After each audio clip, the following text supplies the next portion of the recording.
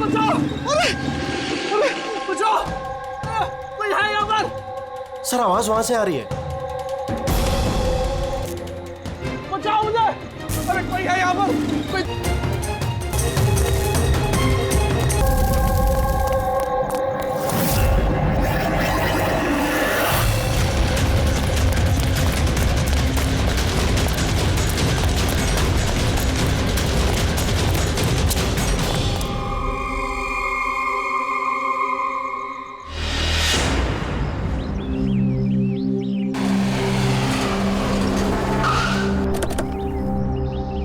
नमस्ते सर। नमस्ते सर। ये मतलब जब ये ब्लास्ट हुआ तब तुम यहीं पर थे? यस सर, मेरे साथ एक और कांस्टेबल था खरनार, उसे बहुत चोट आई है, अभी वो हॉस्पिटल में। तुम यहाँ पहुंचे कैसे? सर हम लोग नाइट पेट्रोल पे थे, यहाँ से गुजर रहे थे तभी किसी की चिल्लाने की आवाज़ आई। हमने उसे नहीं देखा, यहाँ पे पहुँचे जैसे कुछ करते कि इससे पहले ही बॉम्ब ब्लास्ट हो गया।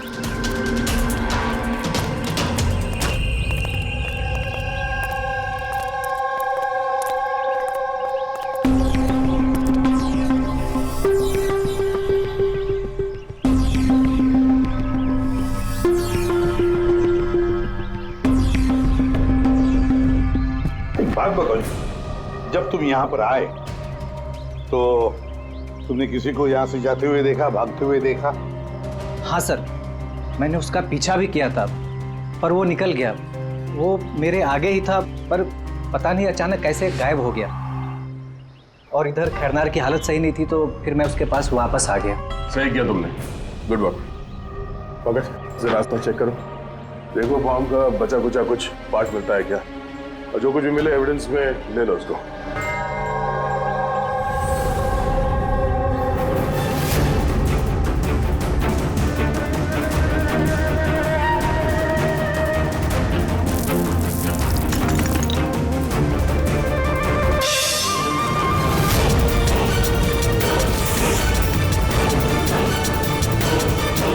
सर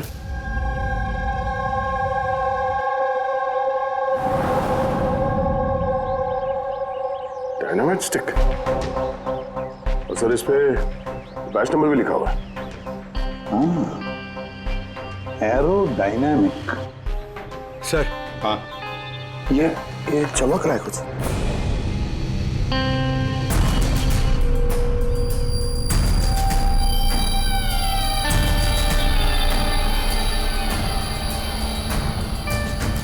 देखे तो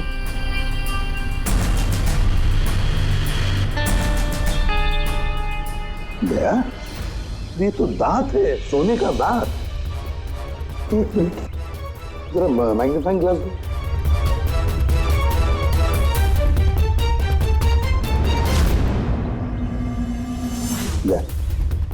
देखो इस पर कुछ लिखा है। हाँ सर, NK लिखा हुआ है। NK? तो कहीं ये मरने वाले के नाम का इनिशियल तो नहीं है? बिल्कुल हो सकता है, और कहीं ऐसा तो नहीं ये NK नाम का जो भी है किडनैप किया गया हो। और अगर किडनैप किया है तो सर उसके घर वालों ने कहीं ना कहीं तो गुमशुदा होने की रिपोर्ट लिखवाई होगी। हाँ, चेक करते हैं, देखते हैं कितने NK इनिशियल्स के कितने लोग गायब हुए हैं।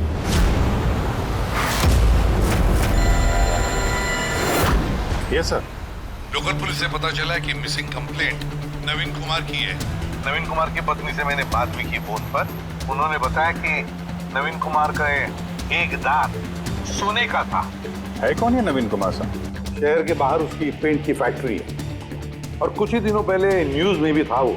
न्यूज में? किस बात के लिए सर? पता चल जाएगा थोड़ी देर में।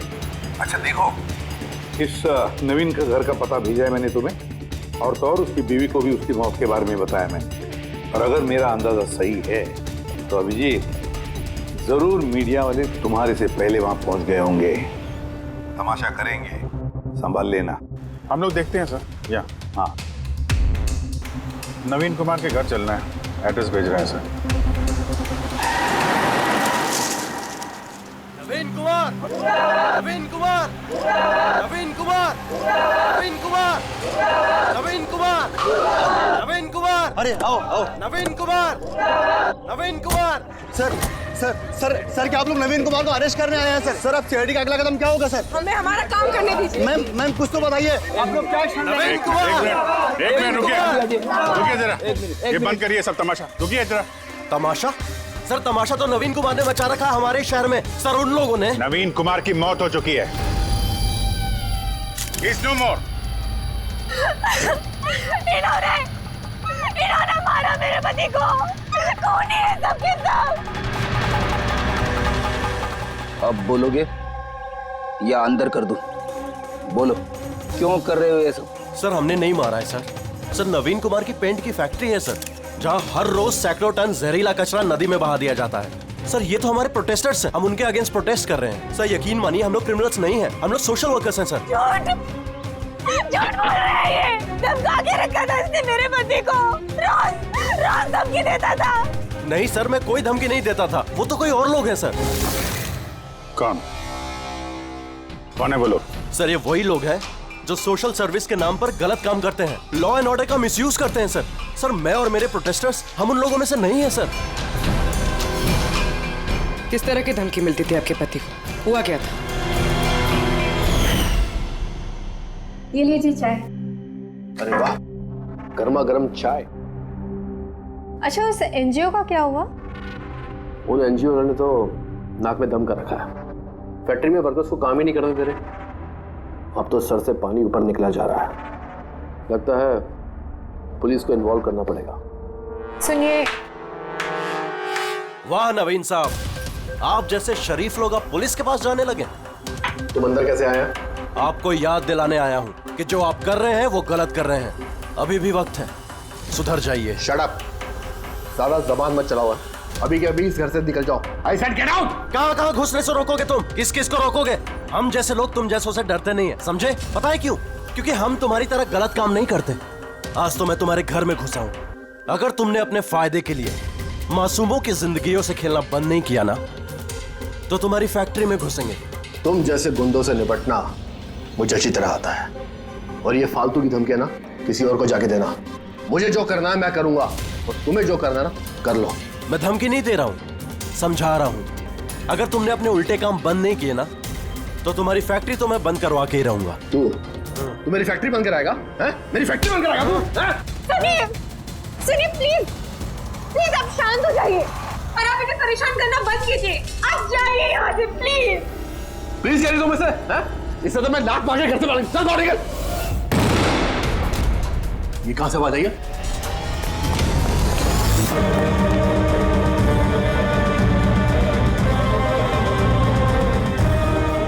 दीवार पर लिखा हुआ था, सुधर जाओ वरना बचोगे नहीं। और आखिर मार ही डाला इन्होंने नवीन को। इन्होंने मार डाला मेरे पति को। कसम से सर, मैं सच कह रहा हूँ, मैंने कुछ नहीं किया सर। जिन्होंने किया उसके बारे में बताओ। सर बिल्कुल क्यों नहीं बताऊंगा सर। सर उन्हीं की वजह से तो आज हम फंसे हैं सर। सर हम प्रोटेस्टर्स हैं, हम सोशल एनवायरनमेंट के लिए प्रोटेस्ट करते हैं सर। सर वो लोग किसी भी हद तक जा सकते हैं सर। पहचान सकते हो उन्हें? बिल्कुल, क्यों नहीं, लेकिन हमारी सेफ्टी का क्या सर? वो बहुत खतरनाक लोग हैं सर। डोंट वरी, तुम्हें कुछ नहीं होगा। नाम के सोशल वर्कर्स हैं खाली, क्रिमिनल्स हैं तीनों के तीनों। क्रिमिनल्स हैं? ये तुम्हें कैसे पता? मुझे क्या, हर किसी को पता है कि उनके ऊपर कितने केसेस चल रहे हैं। हमेशा वो बेल पर ही बाहर आया है सर। वो इंसान अपने आप को कुदरत का रखवाला कहता है, नेचर गार्डियन। सर सबसे पहले वो दिनकर। नवीन जैसे लोगों के चारों तरफ दुश्मनी होंगे सर। वो कहते हैं ना सर, जैसी करनी वैसी भरनी। क्या मतलब? हा? क्या कहना क्या चाहते हो तुम? इतने मासूम लोग की जिंदगी उसने खराब की थी सर। हो सकता है उसी में से किसी ने बदला लिया होगा। किसी ने क्यों? हम तो कहते हैं कि बदला तुमने ही लिया होगा, तुम्ही ने मारा होगा उसे। नहीं सर, मुझे उससे कोई पर्सनल दुश्मनी नहीं थी। मैं उसको क्यों मारूंगा? क्योंकि तुम्हें नवीन के तौर तरीके से तकलीफ थी। क्यों? सर अगर मुझे ऐसा करना होता तो मैं कब का कर चुका होता। नवीन न जाने कितने सालों से हमारे वातावरण में जहर घोल रहा था। तो खुशी तो बहुत मिली होगी तुमको, नवीन की मौत की खबर सुन के। किसी और ने तुम्हारा काम कर दिया, क्यों? नहीं सर, मुझे उससे कोई हमदर्दी नहीं थी, लेकिन मैंने नहीं उसको मारा। हम क्यों माने कि तुम सच बोल रहे हो? सर, जिस वक्त की आप बात कर रहे हैं उस समय मैं यूनिवर्सिटी में लेक्चर दे रहा था। आप चाहे तो प्रोफेसर देसाई से बात कर सकते हैं, उस वक्त मैं वहीं पे था। सर, पल्लवी वो हर दूसरे दिन न्यूज पर दिखते रहती है किसी न किसी से झगड़ा करते हुए। सर, सोशल वर्क की फील्ड में आप किसी भी इंसान से पूछिए उसके बारे में, सबको पता है वो कैसी है, वो अपनी टीम से कैसे उल्टे सीधे काम करवाती है। हाँ तो करती हूँ मैं टेढ़े काम, सीधे तरीके से लोगों को बात कहाँ समझ में आती है। लेकिन मैं सीधे सीधे पॉइंट पे आती हूँ। हमें लगता है कि तुमने नवीन का खून किया है। मैडम, अगर आपको ऐसा लगता है तो आप अपना और मेरा दोनों का टाइम वेस्ट कर रही हैं। आई एम एन एक्टिविस्ट, मैं कोई क्रिमिनल नहीं हूँ। लेकिन हमने तो सुना है कि आप आए दिन किसी न किसी कंट्रोवर्सी में फंसी रहती हो। सर, बात ऐसी है कि अगर कोई सच्चा इंसान हिम्मत करके सही के लिए खड़ा होता है ना, तो लोग डर जाते हैं, सहन नहीं कर पाते, खास करके अगर वो एक लड़की हो। आप तो जानते हैं ना सोसाइटी की मेंटेलिटी को। अच्छा, लेकिन हमें तो आपकी मेंटालिटी सही नहीं लगती। क्यों? सिर्फ इसलिए कि मैं किसी से डरती नहीं, आपसे भी नहीं, इसीलिए मैं क्रिमिनल हो गई। वैसे भी कल रात को मैं न्यूज़ लाइव के डिबेट पे थी, आप चाहे तो चेक कर सकते हैं। मैं चाहूंगी तो नवीन का खून नहीं कर सकती थी। मैडम, आप ये काम अपने आदमियों से भी करवा सकती है। तो ठीक है, अगर आपको इतना कॉन्फिडेंस है तो प्रूव कर दीजिए और डाल दीजिए मुझे जेल में। वो प्रकाश, वो हर रोज किसी न किसी को गालियां देता है अपने सोशल ब्लॉग में। उन्हें जो पॉल्यूशन फैला रहे हैं सर, वो लोगों को उकसाता है, भड़काता है उनके खिलाफ। मैं घर पर ही था सर, अपना ब्लॉग लिख रहा था, जैसे हमेशा लिखता हूँ। हमेशा की तरह लोगों को भड़का रहे थे, उनका ब्रेन वॉश कर रहे थे नवीन जैसे लोगों के खिलाफ। क्यों?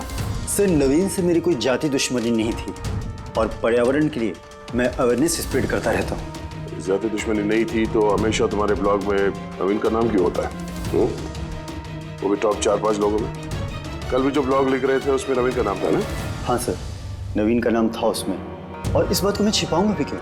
वो गलत आदमी था, लेकिन इसका मतलब ये तो नहीं है कि मैं उसको जान से मार दूंगा। क्यों नहीं मारोगे? ऐसे लोगों से तो तुम्हें सख्त नफरत है ना? तुम्हें लगा होगा कि तुम्हारी सारी मेहनत बेकार जा रही है, और फिर नवीन को इतने समझाने के बाद भी नवीन एनवायरनमेंट को खराब किए जा रहा था, इसलिए तुम्हें गुस्सा आ गया और फिर तुमने नवीन को खत्म कर दिया। मैं एक रिस्पॉन्सिबल सिटीजन, कोई क्रिमिनल नहीं हूं सर। मेरा काम ही यही है, अपने ब्लॉग के जरिए अच्छे और बुरे का फर्क समझाना, किसी को नुकसान पहुंचाना नहीं। सर, इंटरोगेशन में तो कोई भी डरा हुआ नहीं लग रहा था। हाँ, डरे हुए तो नहीं लग रहे थे, फिर भी इन तीनों पे कड़ी नजर रखनी चाहिए। क्यों सर? फ्रेडी, डर बहुत अजीब चीज होती है। अगर इन तीनों में से किसी ने खून किया है तो जरूर डर के मारे वो कोई ना कोई गलती करेगा, कोई ना कोई गलती जरूर करेगा।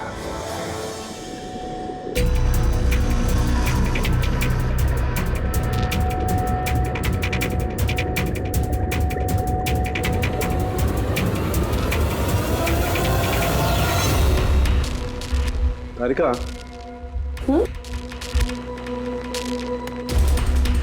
देखो इस पर कोई फिंगरप्रिंट है क्या? चेक करो।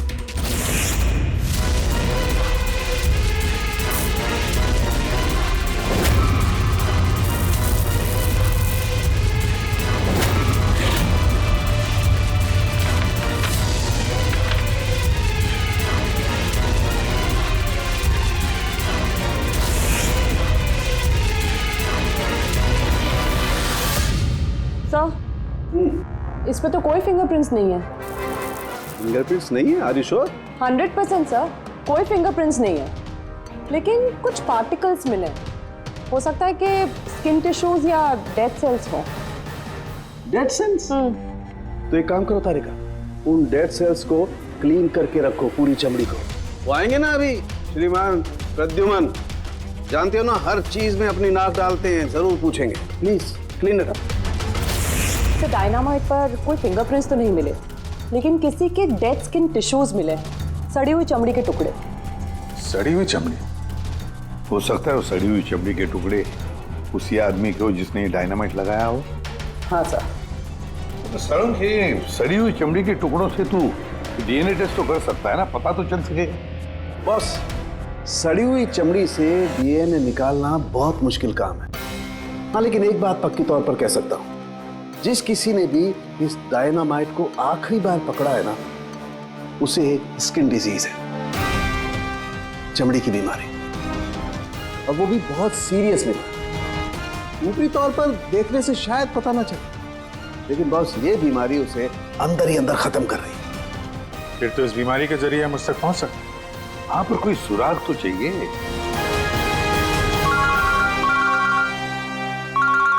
हेलो, एसीपी प्रद्युमन है? हाँ, कहिए। अच्छा, good, thank you. Dynamite manufacturer बता रहा था, अपने रिकॉर्ड चेक किए उसने। वो डायनामाइट किसी खदान को बेचा था उसने। मतलब माइन साइट? हाँ, माइन साइट। बस अब पता लगाना ये है कि ये डायनामाइट खदान से खूनी तक कैसे पहुंचा।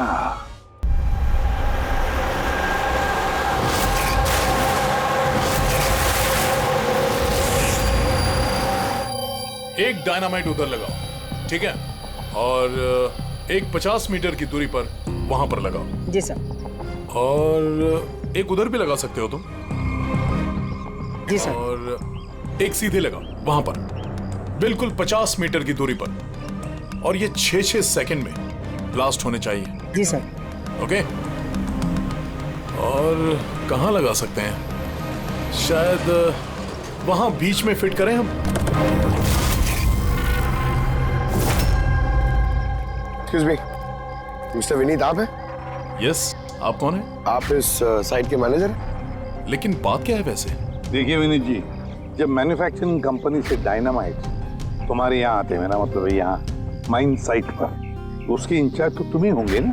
इंचार्ज तो मैं ही हूँ, लेकिन कंसाइनमेंट के बाद ऑपरेटर टीम भी इसे हैंडल करती है। मैं इसे अकेला नहीं संभालता। हमने पूछा आपसे कि डायनामाइट्स कौन संभालता है? जरा ये डायनामाइट स्टिक ध्यान से देखिए। क्या बैच नंबर देख के बता सकते हैं कि इस लॉट के बाकी के डायनामाइट स्टिक्स इस वक्त कहाँ हैं? साहब, ये लास्ट कंसाइनमेंट का लगता है, अभी यूज नहीं हुआ है, गोदाम में पड़ा होगा। चलो दिखाओ। विनीत, जब ये डायनामाइट का कंसाइनमेंट यहाँ पर आता है तो उसे चेक भी तुम ही करते होंगे, तुम जो इंचार्ज हो, है ना? हाँ हाँ हाँ, ऑफ कोर्स सर। तो आपको इस बैच के कंसाइनमेंट में कोई गड़बड़ लगी? गड़बड़? नहीं नहीं, नॉर्मल तो था जैसा होता है, पर आप ऐसा क्यों पूछ रहे हैं? नॉर्मल जो है जैसे होता है। और बॉक्स पे 10 सेट लिखे हुए सर, जरा इसको खोल के देखना कितने, गिनो।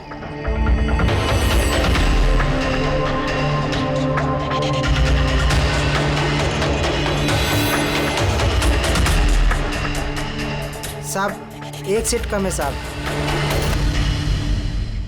अब ये चक्कर क्या है, यही मुंह खोलोगे या फिर खातिरदारी करने के बाद ही मुंह खोलोगे तुम? सर बताता हूं, मैं हमेशा से ये सेट्स मछुआरों को बेचा करता था, बॉम्ब फिशिंग के लिए। मतलब इल्लीगल इस्तेमाल करते हो इसका?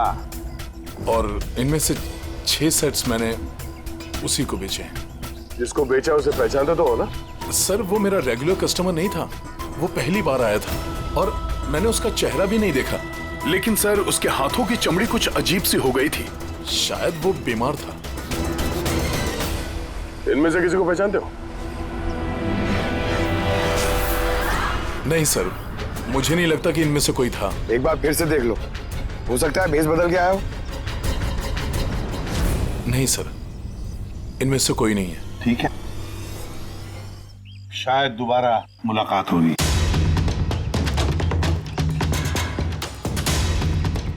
सर मुझे लगता है हमें उन लोगों की लिस्ट बनानी चाहिए जिन्हें इस तरह की बीमारी है।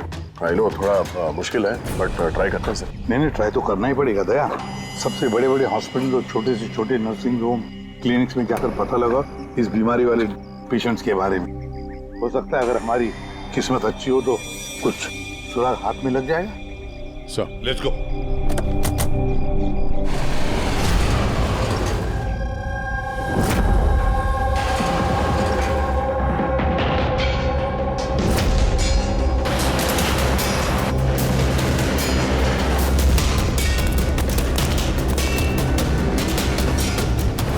देखिए, ऐसी बीमारी हजारों में किसी एक को होती है। हालांकि ऐसे पेशेंट्स की लिस्ट बहुत लंबी है। कईयों को पता भी चलता है लेकिन इलाज नहीं कराते। इसको ढूंढना तो बहुत मुश्किल है। जानते हैं, पर फिर भी हम कोशिश करना चाहते हैं। इस आदमी का मिलना हमारे लिए बहुत जरूरी है। या आई कैन अंडरस्टैंड, लेकिन एनवायरमेंटल इन्फेक्शन कंटेजियस डिजीज भी है जो एक इंसान से दूसरे इंसान में फैलता है, और इसको ट्रेस कर पाना तो। एक मिनट, क्या कहा आपने? Environmental infection? जी, मतलब हमारे आसपास के एनवायरनमेंट में होने वाले इन्फेक्शन, हवा पानी वगैरह से, उससे फैलने वाला इन्फेक्शन। चलिए मैं आपको एक पेशेंट दिखाता हूँ। न्यूरोलॉजिकल इनस्टेबिलिटी, ये बीमारी पेशेंट के दिमाग पर धीरे धीरे गहरा असर डालती है। वो अपना आपा भी खोने लगता है, उसका दिमागी संतुलन भी खो सकता है, जैसा कि नीरज ने खोया है। और फिजिकल कंडीशन, आई मीन ऐसे पेशेंट्स में ये तेजी से भाग सकते हैं वगैरह ये लोग? हाँ, नॉर्मली चल फिर तो सकते हैं, लेकिन अगर बीमारी एडवांस स्टेज की है तो दौड़ना उसके लिए पॉसिबल नहीं। सर लेकिन एड्रेनलिन इंजेक्शन लगाएं तो बॉडी में थोड़ी देर के लिए ताकत आ सकती है। हाँ, लेकिन उसका साइड इफेक्ट बहुत होता है सर। एड्रेनलिन इंजेक्शन देना बहुत रिस्की होता है। रिस्की हो सकता है, पर इस मुजरिम का जो मानसिक संतुलन जिस हिसाब का है, तो हो सकता है उसे साइड इफेक्ट से कोई फर्क ना पड़ता हो। लेकिन अगर वो वाकई नीरज की तरह मेंटली अनस्टेबल है तो फिक्र आप लोगों को करनी चाहिए। क्या मतलब? मतलब ये कि अगर वो एक खून कर चुका है तो दूसरा भी कर सकता है।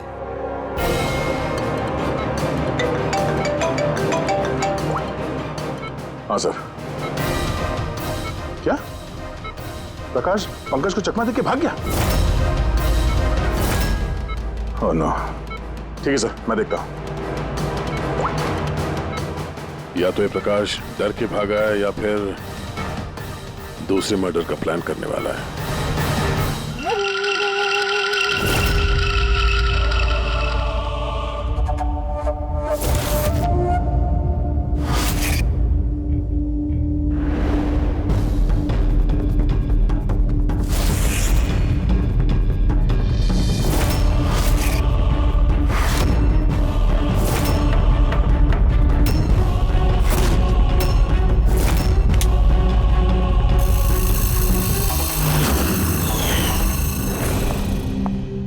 अरे पापा, आज आप जल्दी उठ गए।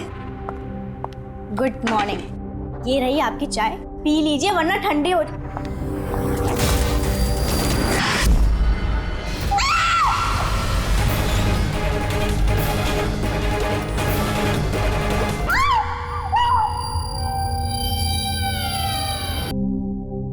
डॉक्टर का कहना बिल्कुल सही था। ये खूनी पागल हो गया, दिमागी हालत ठीक नहीं है इसकी। सर, लगता है खून करने का पैटर्न बनता जा रहा है खूनी का। जमीन हथियाने के लिए इल्लीगली पेड़ों की कटाई।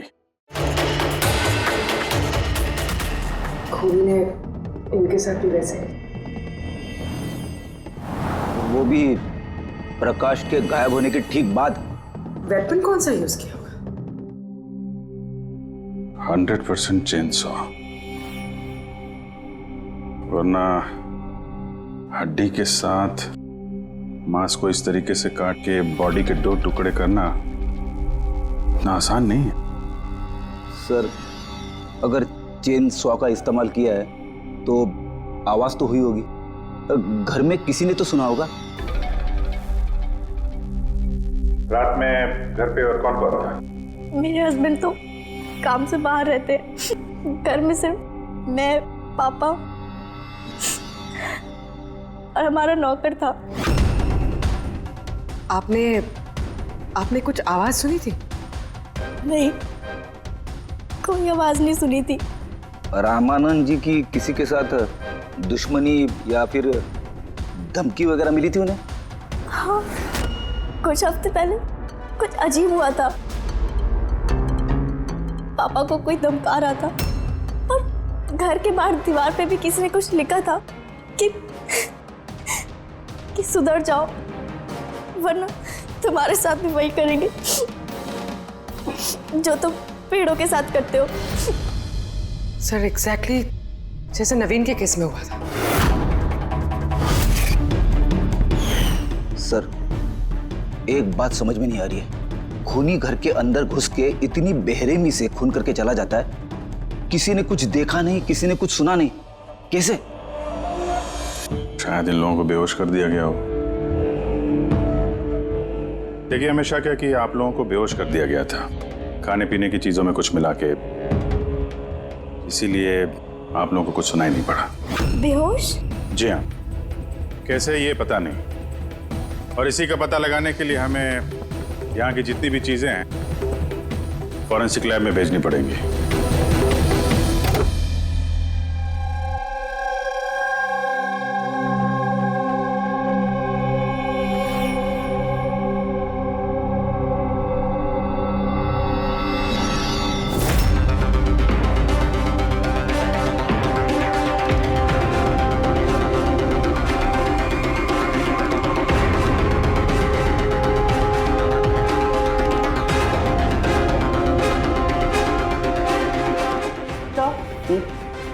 घर पे जितनी भी खाने की चीजें थी सब चेक कर ली और पीने की भी।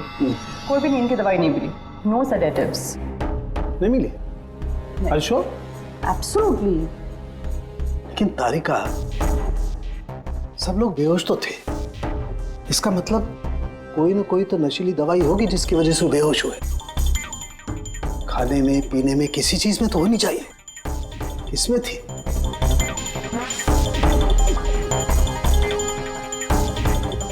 हाँ, नशीली दवाई थी।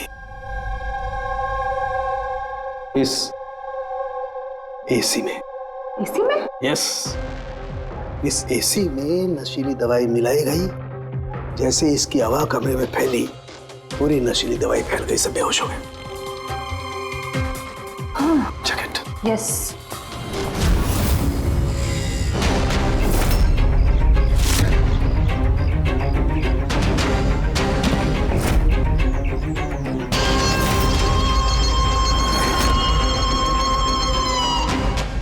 साउंड के, तो हवा में तीर तो नहीं मार रहा? ऐसा कैसे हो सकता है? ऐसा ही हुआ है बॉस। एसी में नशीली दवाई थी। मुझे एसी के ब्लोअर में, उसके फिल्टर में, सब जगह सेडेटिव मिला है, और वो भी बहुत हाई डोज। माय गॉड, ये कैसे हो सकता है यार? बॉस, एसी में सेडेटिव था, नशीली दवाई कमरे में फैली, सब लोग बेहोश हो गए। पूनी आया, उसने रमनन का खून बड़े इत्मीनान से किया और चला गया। किसी ने कुछ नहीं सुना। अच्छा चल ठीक है। सालुंके का फोन था, बता रहा था रमानंद के घर में जो एसी है उसमें से नशीली गैस छोड़ी गई थी, एनेस्थेटिक गैस।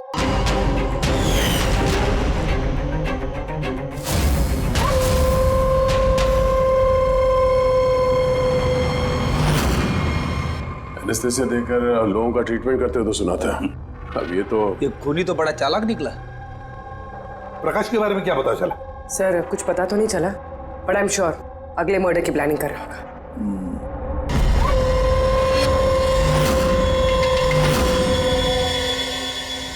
लेकिन अगर खूनी बीमार है तो ये प्रकाश तो अच्छा खासा भाग रहा था। सर, ऐसा भी तो हो सकता है कि उसने किसी और से खून करवाया हो। तो फिर वो भागा क्यों? आवाज कैसी? चलो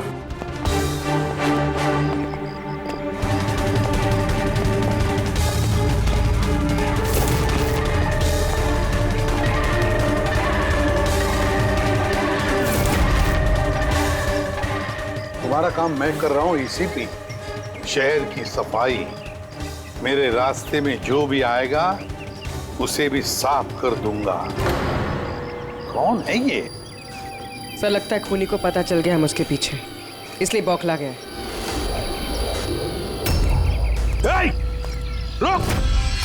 पकड़ो उसे!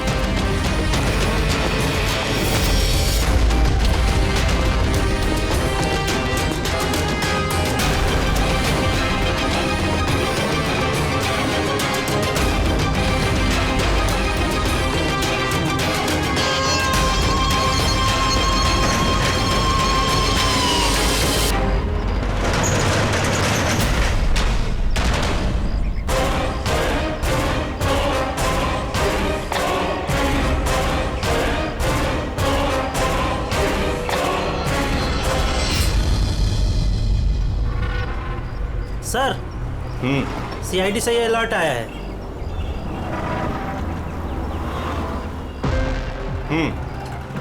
ये सब वही लोग हैं जिनको नॉइस पोल्यूशन की धमकियां मिली हुई हैं।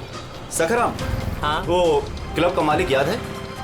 अरे जिसको पिछले दिनों धमकी मिली थी। कौन सर? वो वीर। अच्छा सखाराम, उसके खिलाफ कोई कंप्लेंट आई है क्या? हाँ सर, वो रेजिडेंशियल एरिया है ना, तो आसपास के घर से 2-4 कंप्लेंट आई हैं कि देर रात तक म्यूजिक तेज आवाज में बजता है, यही सब है। शोर मतलब नॉइस पॉल्यूशन। सखाराम तुम एक काम करो। हाँ सर। आप सीआईडी ब्यूरो में फोन लगाइए अभी और इसी वक्त।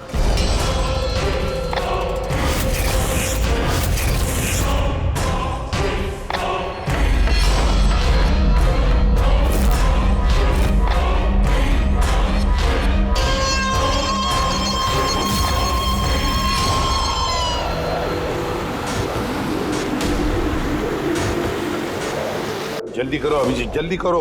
On the way sir. Club La Mesa का मालिक है, उसका नाम है वीर। लेकिन सर बात क्या है? क्या? लोकल इंस्पेक्टर से पता चला है कि वीर को भी वैसे ही धमकी मिली है, और वो भी नॉइज पोल्यूशन फैलाने के लिए। सॉरी सर, लेकिन नॉइज पोल्यूशन बड़ा ज्यादा नहीं हो गया? पूर्वी, उसका दिमागी संतुलन ठीक नहीं है, तो ये खूनी कुछ भी कर सकता है। डोंट वरी सर, वो खूनी अगर वहां पर है तो इस बार हमारे हाथों से नहीं बचेगा। ये प्रकाश अभी भी लापता है और वीर की जान को खतरा है। कुछ भी करके उसे सही सलामत अपने पास लेकर आओ।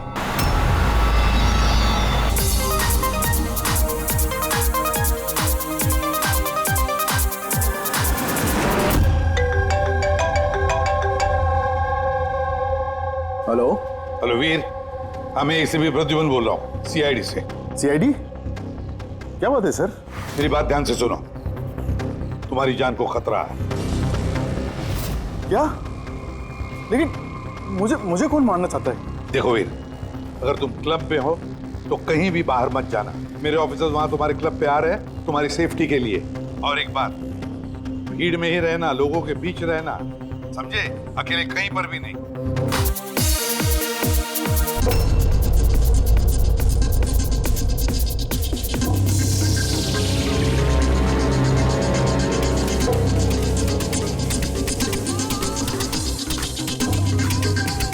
देखो, मैं अपने केबिन में जा रहा हूँ, ठीक है? और किसी को भी अंदर मत आने देना, अंडरस्टैंड? किसी को भी अलाउ मत करना।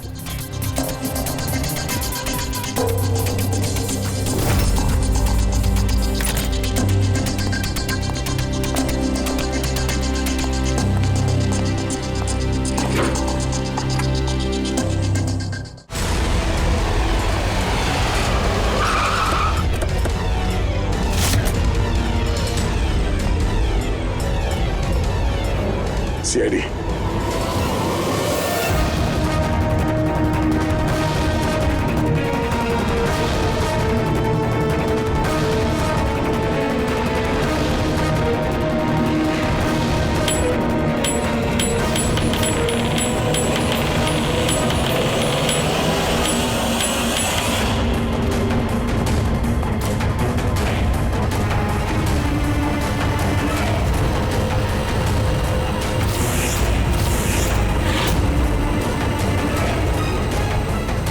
सुनो इधर आओ।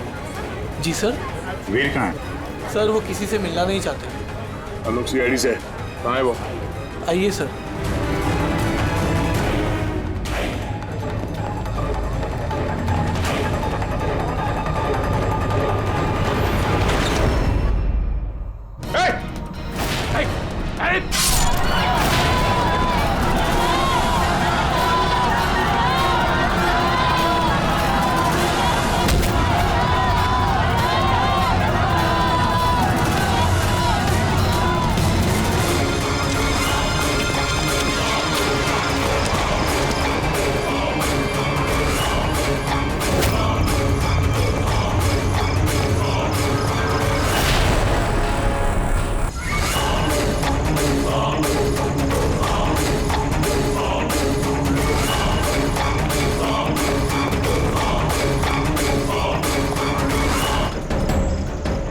क्या कहा वो?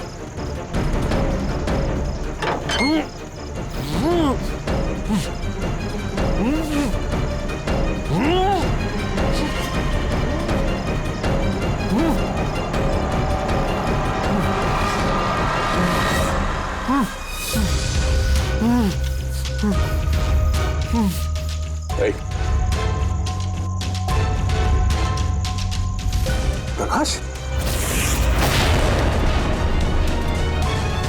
अच्छा फारूक,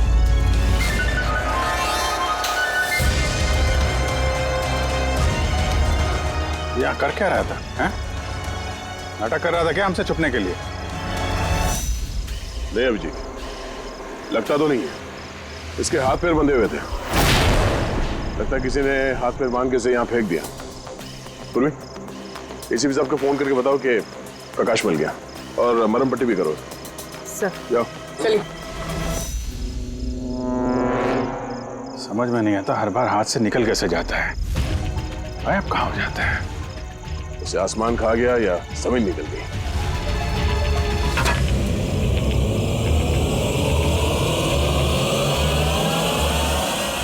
जमीन निकल गई दया। जमीन क्या? जमीन।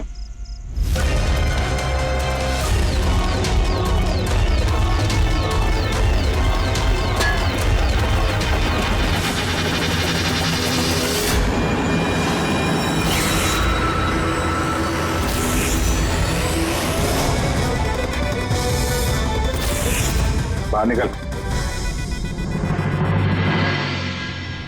क्यों? खून करते वक्त तुम्हारे हाथ नहीं कांपे, अब कांप रहे? जेल जाने के डर से? यह एड्रेनलिन का असर खत्म हो गया। हाँ? जिस इंजेक्शन के दम पे तुम भाग रहे थे उसका असर खत्म हो चुका है। अब मुंह खोलोगे भी या मुंह खोलने के लिए और एक इंजेक्शन देना पड़ेगा? मुझे कोई मजा नहीं आता इंजेक्शन लेने में, ये मेरी एक मजबूरी है जो मुझे लेना पड़ता है।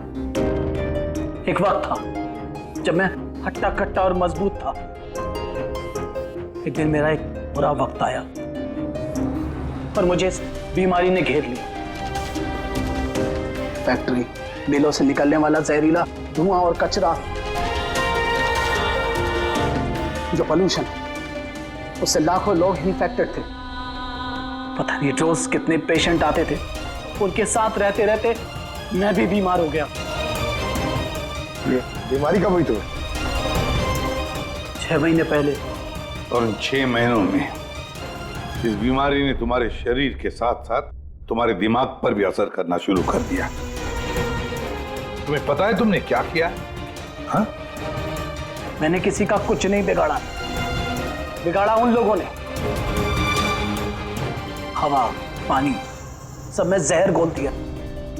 बस तब मैंने सोच लिया, जिन लोगों ने मेरी हालत की है उनको मैं छोड़ूंगा नहीं, मैं बदला लेके रहूंगा। और इसीलिए तुमने बीएमसी में नौकरी की, ताकि पूरे शहर के सीवेज सिस्टम का नक्शा तुम्हें याद हो जाए। उसका फायदा उठा के तुम वहां से भाग जाते थे। हमें लगता था कि तुम अचानक कहाँ गायब हो गए।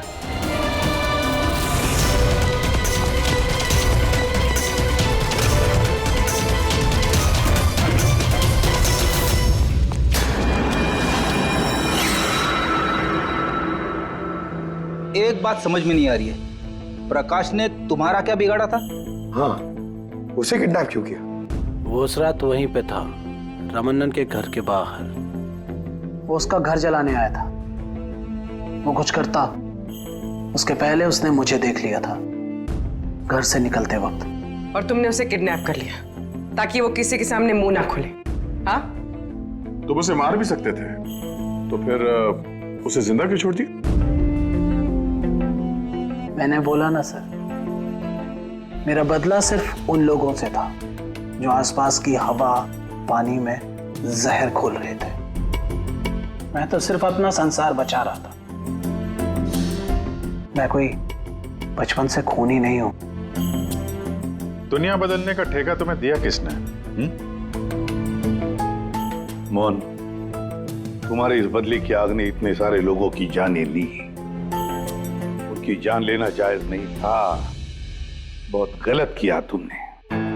कानून तुम्हें कभी माफ नहीं करेगा। तुम्हें कड़ी से कड़ी सजा होगी।